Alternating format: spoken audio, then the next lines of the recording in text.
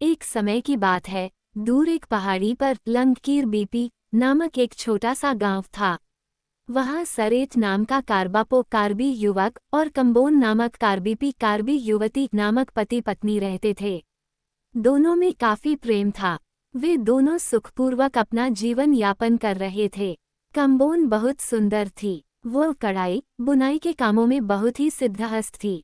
सरेट देखने में लंबा चौड़ा, हृष्ट पुष्ट, बलवान होने के साथ शारीरिक रूप से काफी सुंदर और सुडौल था। जितना वह सुंदर, गोरा चिट्टा था उतना ही अपने काम के प्रति भी गंभीर था। वह जंगली जानवरों का शिकार और खेती बाड़ी करके अपनी पत्नी और बच्चों का भरण पोषण करता था। सरेट जंगलों में शिकार के लिए निकल जाता और पत्नी दिन भर घर के कामों में उलझी रहती।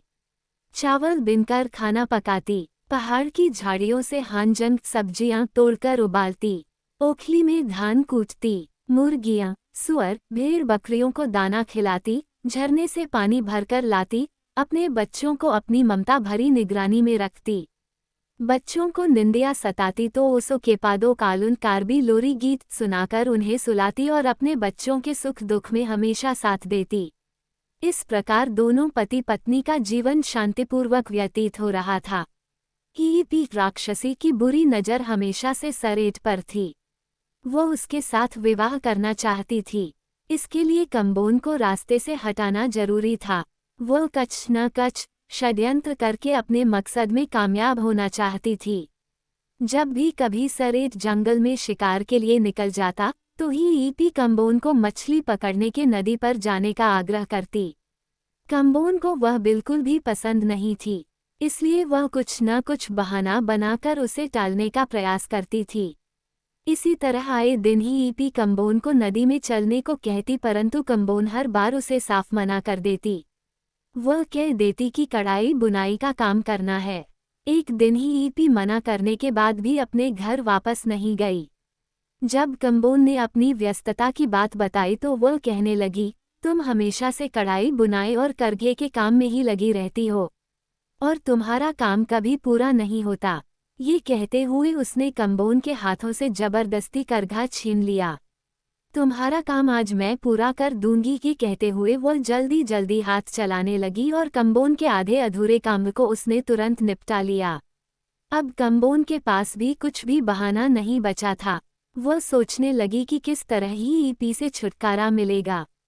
हीपी कंबोन को मछली पकड़ने के लिए चलने को कहने लगी, लेकिन उसने खराब तबीयत का हवाला देकर साफ मना कर दिया। इसी तरह हीपी रोज अकेली कंबोन के पास आती, काम निपटाती और मछली पकड़ने के लिए साथ चलने का आग्रह करती। लाख मना करने पर भी आखिरकार एक दिन हीपी उसे जबरदस्ती मछली पकड़ने के लिए नदी में ले जाने में कामयाब हो गई। कंबोन को हीपी के साथ मछली पकड़ने के लिए जाना ही पड़ा। दोनों नदी में जाकर मछली पकड़ने लगे। कंबोन कार्बीपी एक किनारे से झींगा मछली, पूठी मछली, नहंग, सिंकी, बोरोक मछली पकड़ने लगी।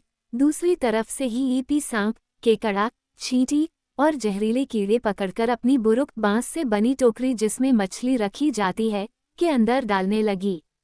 मछली पकड़ते पकड़ते जब सूरज ढलने लगा तो कंबोन हीपी से कहने लगी, हमें सूरज की रोशनी बजने से पहले घर लौटना चाहिए, क्योंकि बच्चे मेरा इंतजार कर रहे हैं।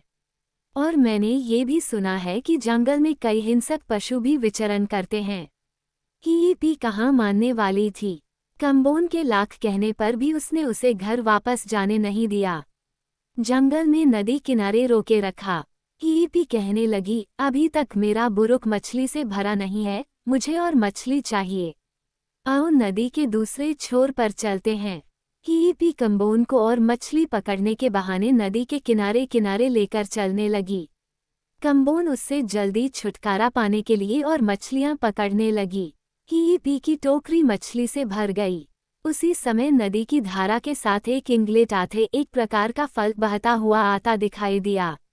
उसे देखकर हीपी कंबोन से कहने लगी, क्यों न इस फल के पेड़ की खोज की जाए और खूब सारा फल घर लेकर जाया जाए।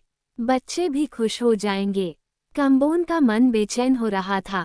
वह तुरंत घर पहुंचना चाहती थी, इसलिए वह हीपी को मना करती हुई कहने लगी, घर में सिर्फ बच्चे ही हैं, वे भी अकेले, वे मेरा इंतजार कर रहे होंगे। हमें चलना चाहिए। हीपी ने उसकी एक न सुनी। लाचार कम्बोन, करती तो करती भी क्या। हीपी उसे जबरदस्ती इंग्लेट आथे के फलों के पेड़ की तलाश में लेकर चली गई। काफी दर चलने पर उन्हें आखिरकार एक बड़ा गांव दिखाई दिया। वहां इंग्लेट के बहुत पेड़ दिखाई दिए। हीपी उस पेड़ पर चढ़ने लगी, पर कुछ ऊपर चढ़ने पर उसके पैर फिसल गए और वह धड़ाम से नीचे गिर पड़ी। वह कम्बोन से कहने लगी, कम्बोन तुम पेड़ पर चढ़ो, मैं तुम्हारी मदद करती हूँ। तुम मेरे सर और कंधे पर अपनी टांगें रखती हुई इस पेड़ पर चढ़ जाना। इस तरह वह कम्बोन को पेड़ पर चढ़ने में मदद करती है और उसे पेड़ के एकदम ऊपरी छोर पर पहुंचा देती है। पेड़ के एकदम ऊपरी भाग पर पहुंच जाने के बाद कम्बोन ने पेड़ को हल्का हल्का हिलाना शुरू किया ताकि फल नीचे गिर सकें। हीपी ने गिरे हुए एक फल का स्वाद चखा और कहने लगी कि यह सड़ा हुआ है। उसी दौरान वह चुपके से जहरीले सांप को पेड़ पर छोड़ देती है ताकि वह कम्बोन को डस सके। फिर एक एक करके जहरीले कीड़े छोड़ती गई। कम्बोन सांप और जहरीले कीड़ों के काटने के कारण चीखने चिल्लाने लगी। वही हीपी को बचाने की गुहार लगाने लगी। दर्द के कारण उसकी आवाज कांपने लगी। इतने में ही हीपी ने कहा, तुम अपने गहने फेंक दो तो फिर शायद मैं तुम्हें बचाने को सोच सकती हूँ। कम्बोन हीपी निर्देश अनुसार धीरे धीरे अपने वस्त्र और गहने उतार कर नीचे फेंकने लगी। हीपी फिर से कई जहरीले कीड़े पेड़ पर छोड़ देती है। कीड़ों की डंक से चीखती हुई कम्बोन हीपी से रोते हुए कहती है, मुझे छोड़ दो, मुझ पर रहम करो। चिल्ला चिल्ला कर उसका गला सूख गया, पर हीपी ने उस पर रत्ती भर रहम नहीं किया। हीपी कम्बोन से बाकी बचे हुए गहनों को जल्दी से नीचे फेंकने की मांग करती है। इतने में कम्बोन का मन मस्तिष्क सोचना बंद कर देता है और अब उसके पास फेंकने के लिए कुछ नहीं बचा था। सिर्फ अज्जिसो कार्बी जनजाति का पारंपरिक वस्त्र बचा था। हीपी कहती है, मेरा फल का थैला अभी तक भरा नहीं है। तुम पेड़ की डाल को जोर से हिलाओ। अपनी बची खुची शक्ति को समेटकर कम्बोन जैसे ही पेड़ हिलाने की कोशिश करने लगी, हीपी ने फिर एक जहरीला कीड़ा छोड़ दिया। कम्बोन किसी तरह अपनी जान बचाने की कोशिश करने लगी, पर हीपी इस मौके को चूकना नहीं चाहती थी। उसने भी ठान लिया था कि आज वह कम्बोन की जान लेकर रहेगी। हीपी एक और सांप पेड़ पर छोड़ देती है। कम्बोन को जहरीला सांप काट लेता है। वह दर्द के कारण चीखती चिल्लाती है। पेड़ के ऊपर ही कम्बोन की करुण मौत हो जाती है। मरते मरते कम्बोन हीपी से कहती है, हीपी मेरे बच्चों और मेरे पति सरेट का ध्यान रखना। इतना कहने के बाद उसका मृतदेह पेड़ से धड़ाम से नीचे गिर पड़ा। उसके मृत शरीर को देखकर हीपी बहुत खुश हुई। वह अपनी योजना में सफल हो गई थी। अब सरेट को पाने में कोई बाधा नहीं था। ये सोचकर वह जंगल के बीच चौराहे पर अकेली हंसती रही। आज उसकी खुशी का ठिकाना नहीं था। वो खुद से कहती है, इतने दिनों से जिसका इंतजार था, आखिरकार वह आज पूरा हो गया। हीपी ने कम्बोन के कपड़े और गहने धारण किया। वो मछली पकड़ने का सामान, बुरुक इत्यादि लेकर सरेट के घर पहुंच गई। इतने में ही बच्चे के रोने की आवाज सुनाई दी। माँ बच्चे को दूध पिलाया, परंतु दूध पीने के बाद भी बच्चा चुप होने का नाम नहीं ले रहा था। सरेट ने कहा, इस बच्चे को कैसे दूध पिला रही हो? ये चुप होने का नाम क्यों नहीं ले रहा है? ये चुप होने के बजाय आखिर रो क्यों रहा है? हीपी जवाब देती है, मैं मछली पकड़ पकड़ कर थक गई हूँ और तुम हो कि ताने ही मारे जा रहे हो। मुझसे अच्छी पत्नी भी मिले कोई तो ढूंढ लो। इस पर सरेट ने कहा, तुम बच्चे पर ध्यान दो। इस बात पर हीपी अपनी नाराजगी व्यक्त करती हुई गुस्से से कहती है, अगर आपको मुझसे इतनी ही परेशानी है तो दूसरी बीवी ले आइए ना। वह बनावटी क्रोध प्रकट करती हुई बच्चे को सरेट की गोद में देते हुए कहती है, लो इसे खुद ही संभालो। जोर जोर से रोता हुआ बच्चा अपने पिता की गोद में आते ही चुप हो गया।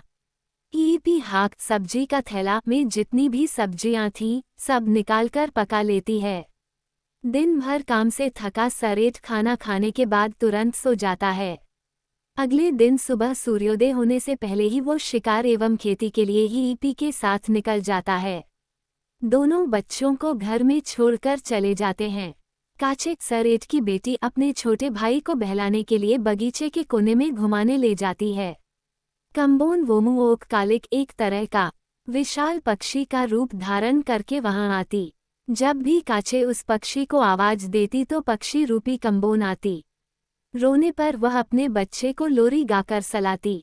आसमान से खाने का सामान नीचे गिरा देती। सरेट और हीपी जंगल से घर वापस आ गए। हीपी ने बच्चे को दूध पिलाने की कोशिश की पर बच्चे ने पीने से इनकार कर दिया। उस दिन से बच्चे ने हीपी के पास जाना ही छोड़ दिया। समय बीतता गया। हीपी परेशान होने लगी। सोचने लगी कि आखिरकार यह बच्चा खाता क्या है। ये दूध पीने का नाम नहीं लेता। ये कैसे जी रहा है? ये सवाल हीपी के मन को मथता जा रहा था। वो मन ही मन सोचने लगी कि कल कुछ भी हो जाए, मैं सुबह से जासूसी करूंगी और यह पता लगाऊंगी कि आखिरकार ये बच्चे खाते क्या हैं। मैं भी तो देखूं कौन है जो चुपके से इन्हें खिला जाता है। सरेट रोज जंगल में शिकार के लिए एवं खेती बाड़ी के लिए जाता था। पहाड़ से लकड़ी, जंगली सब्जी आदि लाकर वह घर की आवश्यकताओं की पूर्ति करता। कभी कभार कम्बोन भी उसके साथ चली जाती। उस दिन उसने हीपी को साथ चलने को कहा पर वह इनकार करती हुई कहने लगी, मेरी तबीयत ठीक नहीं है। आज आप शिकार और खेती के लिए अकेले ही जाइए।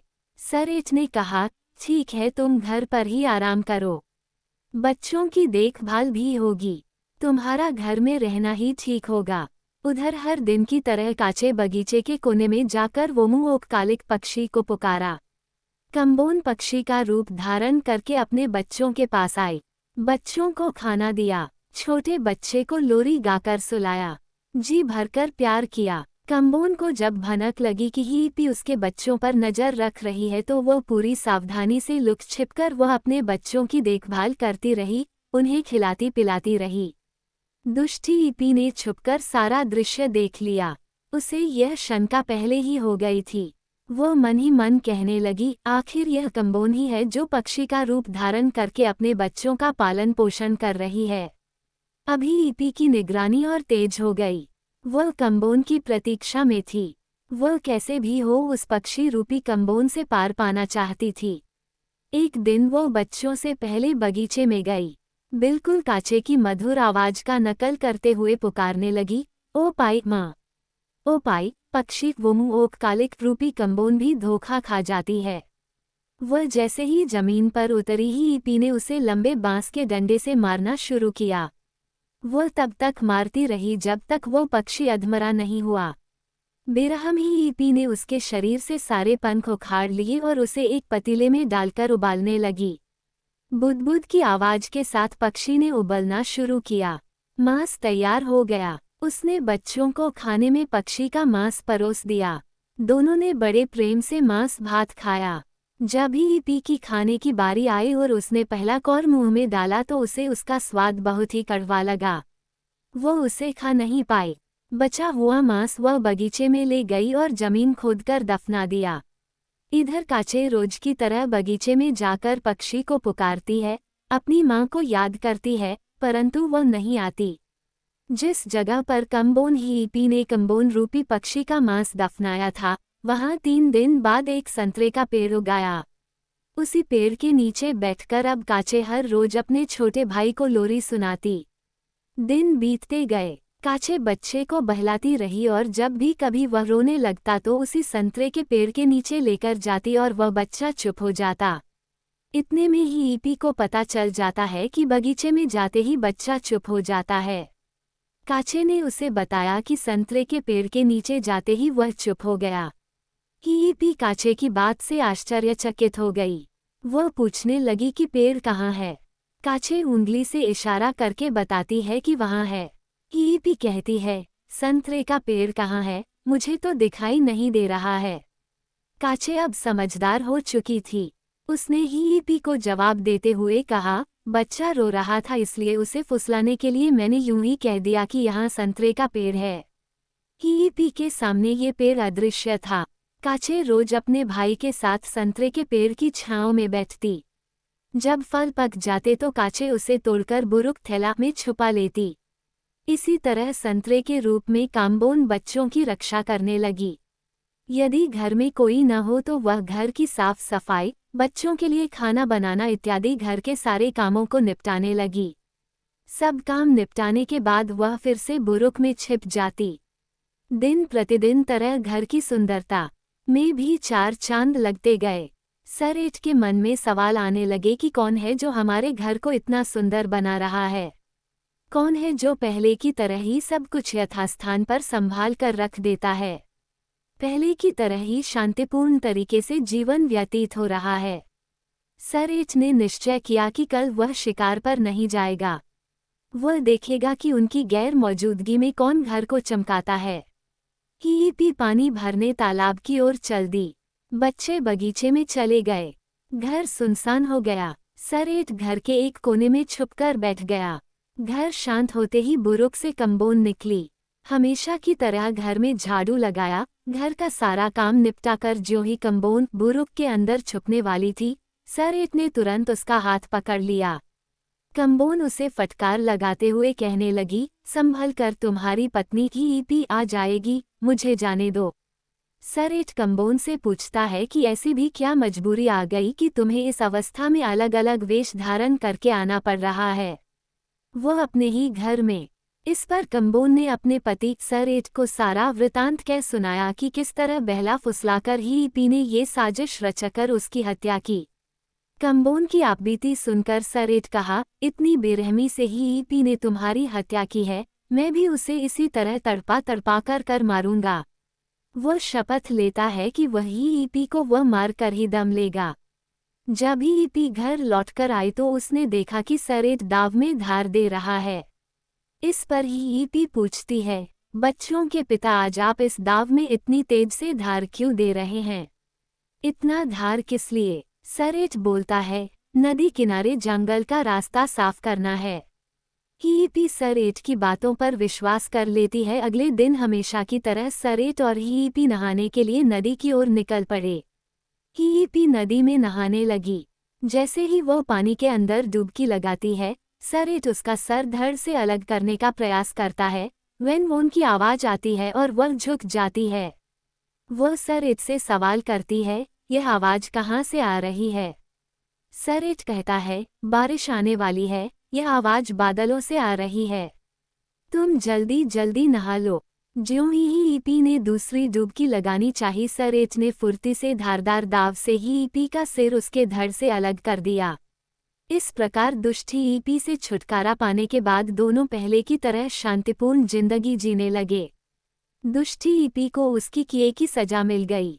इस कहानी के आधार पर कार्बी जनजाति में ये कहावत है प्रचलित है, चौरीसी कलोंग मंथुआ लैंग पोंग, अर्थात जैसी करनी वैसी भरनी।